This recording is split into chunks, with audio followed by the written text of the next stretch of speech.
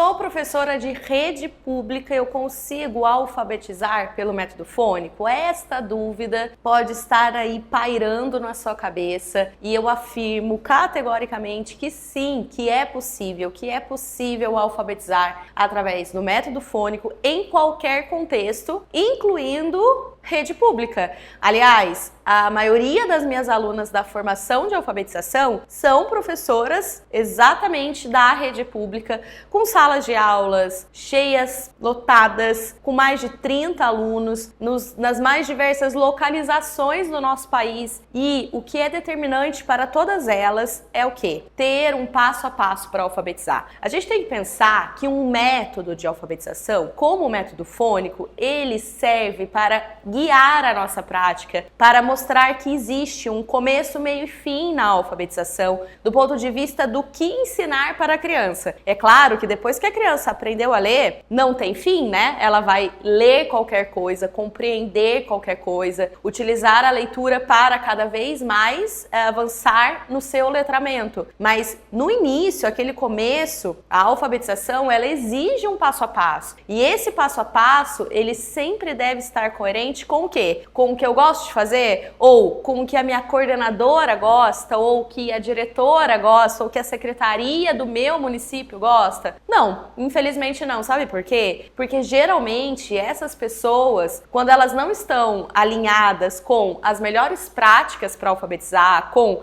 alfabetização baseada em evidências científicas, quando elas desconhecem, por exemplo, a área da ciência da leitura, o que elas acabam indicando? Acabam indicando para os professores alfabetizarem a partir de textos, analisando textos. E aí o professor chega lá e fala, tá, como que eu vou alfabetizar a partir do texto se o meu aluno nem sequer lê palavras? Não parece meio estranho? Aí fica assim, olha, bom, mas me disseram que é assim, que esta prática deve ser incentivada, então deixa eu tentar aqui fazer um pouco de cada coisa. Aí o que acaba fazendo? Deixa eu pegar um texto, vou pegar algumas palavras desse texto, vamos analisar essas palavras. E aí isso gera uma angústia do professor, uma angústia dos alunos que não estão entendendo os mecanismos, o que eles devem fazer para acessar aquela palavra. Porque imagina, quem é minha aluna da formação de alfabetização já sabe dessa informação, que no primeiro momento a palavra entra realmente como uma forma visual no nosso cérebro, mas imediatamente o nosso cérebro, conforme a gente deve ensinar a ler, tem que conectar aquela palavra visual com a sua pronúncia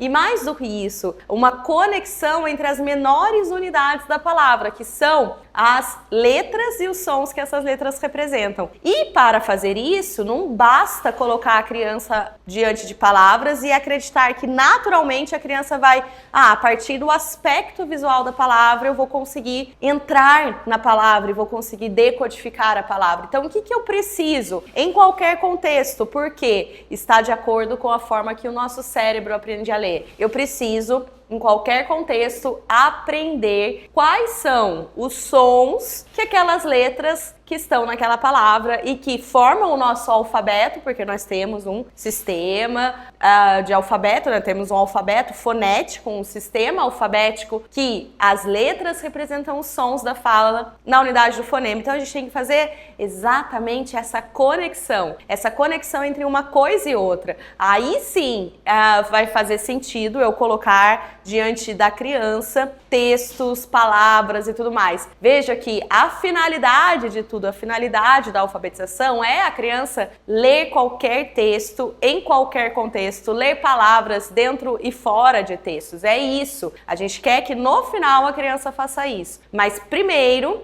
a gente precisa ensinar a ler. Então, o grande segredo para alfabetizar, mesmo na rede pública, é separar apenas 30 minutinhos por dia e ensinar de acordo com a forma pela qual o nosso cérebro aprende a ler. E qual é essa forma? Ensinando a relação letra-som, como ler e escrever palavras a partir deste conhecimento da relação letra-som. Então a gente vai começar, que a gente chama das menores unidades para as maiores unidades. E a menor unidade da nossa linguagem é exatamente as letras e os sons que essas letras representam. representa. Então, primeiro vou ensinar isso, e quando eu começo a ensinar isso e vou ensinando a ler, depois com formação de sílabas, que a sílaba não é formada por nome de letra. O ba, que a gente fala, né? BA não forma ba. O que forma ba são sons. Veja só que quando eu faço a, ba, o movimento da minha boca ao emitir e coarticular aqui meu movimento, né? E coarticular junto com a, que forma o ba,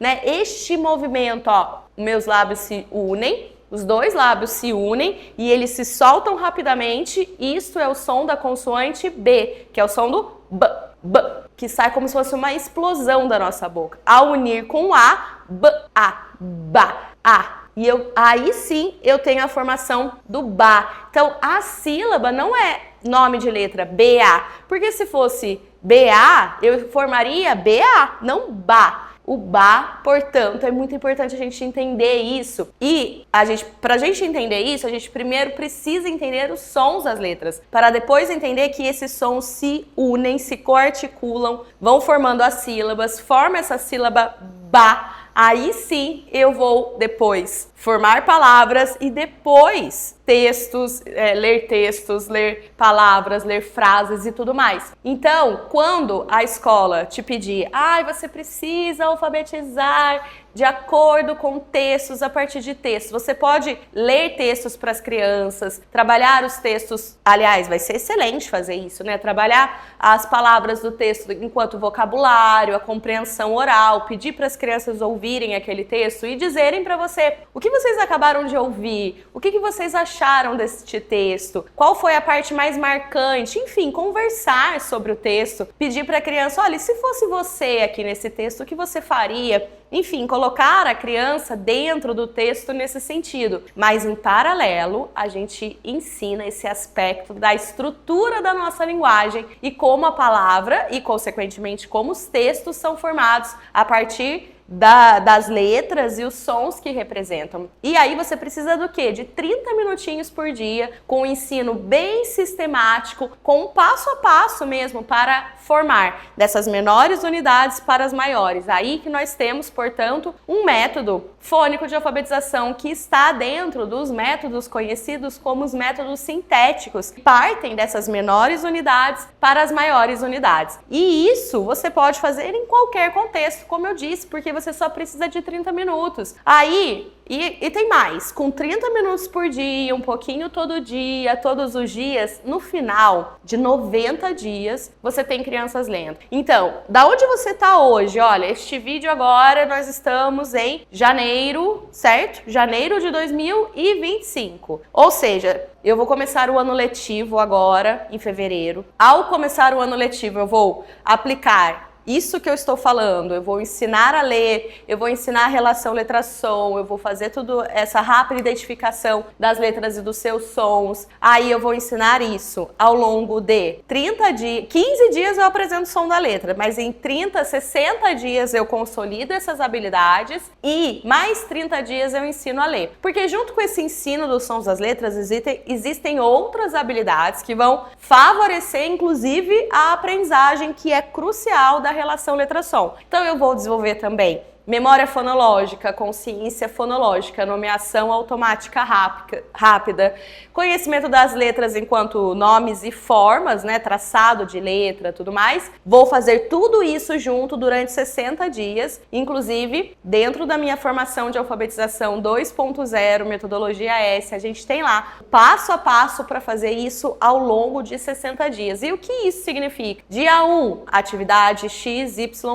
som de letra, memória fonológica, nomeação automática rápida. Vamos fazer essas atividades aqui. Dia 2, som de letra, etapa a etapa, tem uma ordem para ensinar som de letra e eu faço isso em 60 dias. Fechei meus 60 dias, eu tenho uma criança preparada para aprender a ler. Com mais cerca de 30 dias ou até menos, essa criança está lendo encontros vocálicos, palavras simples, já entendeu, portanto, o mecanismo da leitura, o que ela precisa fazer para ler. E o mecanismo essencial é, ela tem que ter o conhecimento, o fato das letras e seus sons e como unir esses sons e ler através dos sons das letras, que a gente usa o método fônico aqui. Ou seja, hoje, janeiro de 2025, eu vou começar meu ano letivo, início de fevereiro, ensinando tudo isso, esse passo a passo, em qualquer contexto, inclusive em rede pública de ensino. Vou ensinar isso ao longo de 60 dias, mais 30 dias, ou seja, fevereiro, março. Finalizei em março, abril eu ensino a ler. Em maio, antes do final do primeiro semestre deste ano, os meus alunos estão o quê? Lendo. Eles sabem o que eles precisam fazer para ler corretamente e estão lendo em qualquer contexto. É claro que primeiro a gente vai treinar as palavras com sílabas mais simples e tudo mais, mas isso significa que em junho, até junho, já estão lendo inclusive palavras com dígrafos, com as mais diversas estruturas silábicas, inclusive, por exemplo, uma palavra como trabalho. Olha só, trabalho é uma palavra que tem encontro consonantal, né? R, A, tra. Tra é formado pelos sons das letras, né? O som do R, A. Tra. É isso que forma tra, não é T-R-A, tra, e ficar fazendo a criança memorizar aquilo que leva anos e anos e anos, e às vezes as crianças ainda têm dificuldade, ainda travam na leitura e tudo mais. Então, quando eu ensino assim, esse encontro consonantal mapeando pelo som da letra, com aquela base que eu ensinei lá em fevereiro, março, em junho, ela tá lendo essa palavra. Ou qualquer outra sílaba com qualquer outro encontro consonantal. E aí, veja só, que não tem só o tra, tem o lho. Outra sílaba formada pelo quê? Pelo dígrafo, LHO. Eu vou fazer como para ensinar o dígrafo para a criança? Eu vou ensinar assim, LHO, isso aqui é lho. Não. O que forma o lho é o som do LH, que isso a gente chama de dígrafo, que são duas letras representando um único som. Este é o som deste dígrafo, o LH, e aí eu vou unir com uma vogal. Lho.